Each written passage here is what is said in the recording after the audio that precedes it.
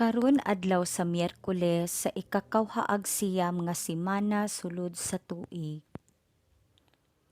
Gipahinumduman ni Jesus ang iyang mga tinun-an kung unsa kahinungdanon ang pagpangatungdanan sa usa ka piniyalan. Ang piniyalan gitahasan sa agalon sa pagbantay alang sa kaayuhan sa mga kaubang sulugoon. Ang iyang katungdanan isip piniyalan, dili aron manghawod siya labaw sa uban, kundili aron iyang ipaniguro nga ang mga buluhaton sa balay nga kinahanglang buhaton mahuman gayud. Dugang pa, katungdanan niya ang pagsangkap sa mga kinahanglanon sa ubang mga sulugoon. Dili niya usikan ang iyang panahon diha sa pagtinapulan. Nimulunang siya diha sa naghinubrang pagkaon ug magpatuyang sa paghubog-hubog. Isip mga piniyalan sa Dios, gitugyanan kita sa atong tagsa-tagsa ka mga responsibilidad. Kini naglakip sa atong pamilya, sa atong trabaho, sa atong katilingban, ug uban pa. Gipahinumduman kita ni Jesus nga tumano nato ang atong mga katungdanan tungod sa gugma ug dili diha sa kahadlok. Ang atong pag-amgo sa naghingapin ug manggiluy-ong gugma sa Dios mauunta ang magdasig kanato sa pagpamuhat isip matuod nga mga piniyalan sa Dios. Pamalandong. Unsa man kung matanga sa piniyalan? Unsa may nagtukmod kanako sa pagpamuhat sa akong responsibilidad? Pagbasa gikan sa sulat ni San Pablo ngadto sa taga-Efeso. Sa walay duha-duha, nakadungog kamo nga ang Dios pinaagi sa iyang grasya, naghatag kanako niining buhata alang sa inyong kaayuhan. Gibutyag o gipadayag sa Dios kanako ang iyang tinago nga laraw, sumala sa gisulat ko na kaninyo sa daklit. Kung basahon ninyo ang akong nasulat, masayra ninyo ang akong pagsabot sa tinago ni Kristo. Kaniadto, wala kini ibutyag ngadto sa mga tawo, apan karon gipadayag na kini sa Dios pinaagi sa Espiritu ngadto sa iyang balaang mga apostoles ug mga propeta.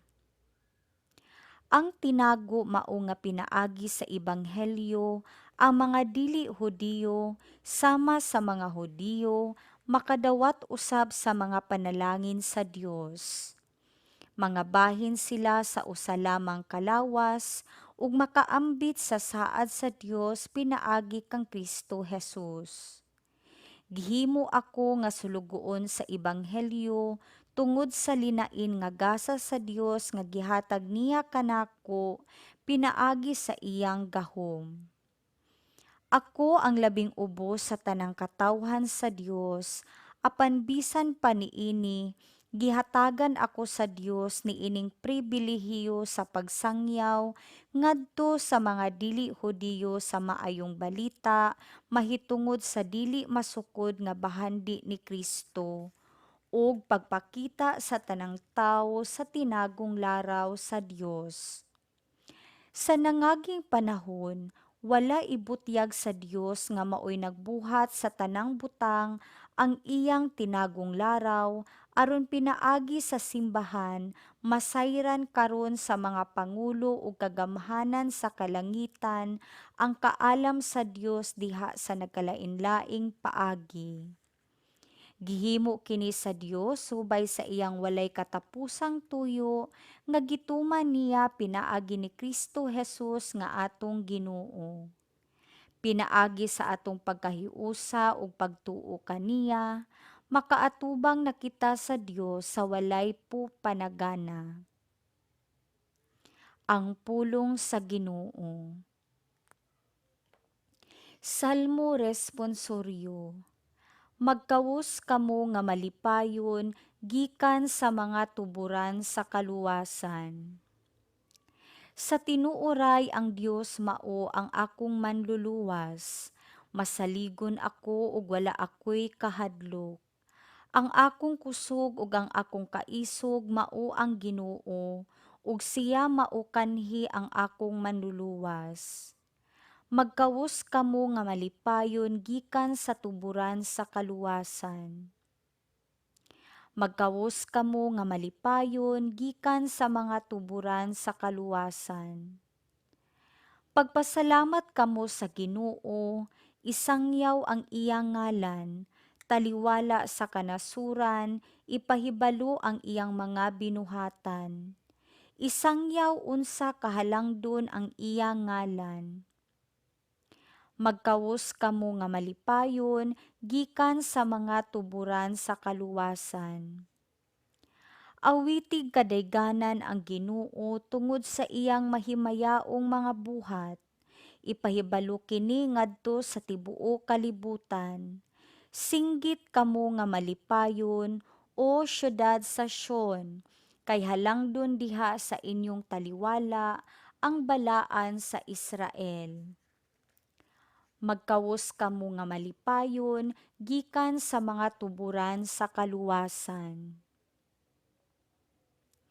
Pagbasa gikan sa Santos nga Ebanghelyo sumala ni San Lucas.